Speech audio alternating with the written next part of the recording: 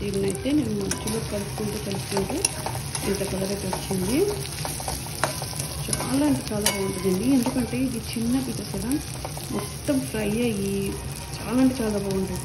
మేము మొత్తం చికెన్ తీసుకున్నాం అనుకోండి, ఇదైతే మొత్తం బ్రెస్ట్ పీసెస్ కదా, సో అదనేది కొంచెమే ఫ్రై అవుతుంది, కొంచెం ఫ్రై అవ్వదు.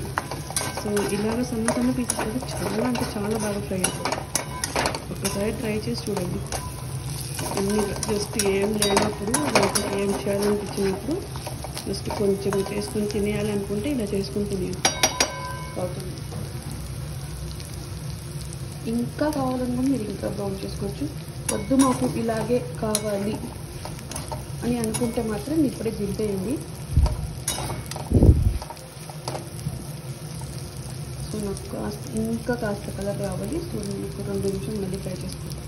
కొత్తిమీర యాడ్ చేసుకున్నామండి. యాడ్ చేసుకుని మొత్తానికి కలిపేసి దింపేస్తున్నాను. నేను చెప్పాను కదా, ఇంకా కొంచెం చేసుకుంటే పీసెస్ అనేవి మంచిగా కలర్లో వచ్చేస్తాయని మంచిగా కలర్లో వచ్చేసిందండి. కింద మీరు ఇది మాడింది అని అనుకోమాకండి, అది చాలా అంటే చాలా చేసుకుంటాం. అది చికెన్ ఫ్రైకి అలాగే రావాలండి. నేనైతే స్టవ్ ఆఫ్ చేసేస్తాను. చాలా అంటే చాలా ఎమ్మీగా రెడీ అవుతుందండి. ఒకసారి ఇలా మీరు ఖచ్చితంగా ట్రై చేసి చూడండి. వీడియో నచ్చితే ఏం చేయాలో తెలుసుగా, do like, share and subscribe. Thank you for watching. Hope you like the video. ఇలాంటి మరింకా వీడియోస్ నా యూట్యూబ్ ఛానల్లో ఉన్నాయండి, వెళ్ళి చూడండి.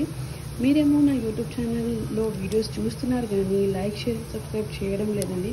దానివల్ల మాకు అనేది మోటివేషన్ రావడం లేదు. మీరు చూసి మీరు లైక్ చేస్తే, సబ్స్క్రైబ్ చేస్తే మాకు చాలా సంతోషంగా ఉంటుందండి. మాకు ఇంకా చేయాలి, మిమ్మల్ని ఇంప్రెస్ చేయాలి అని చెప్పి ఆ మోటివేషన్తో మేము ఇంకా రెసిపీస్ని తీసుకురావాలి, ఇంకా వీడియోస్ని చేయాలని అనుకుంటాము.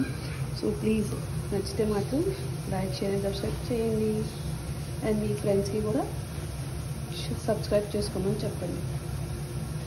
బాయ్ అండి.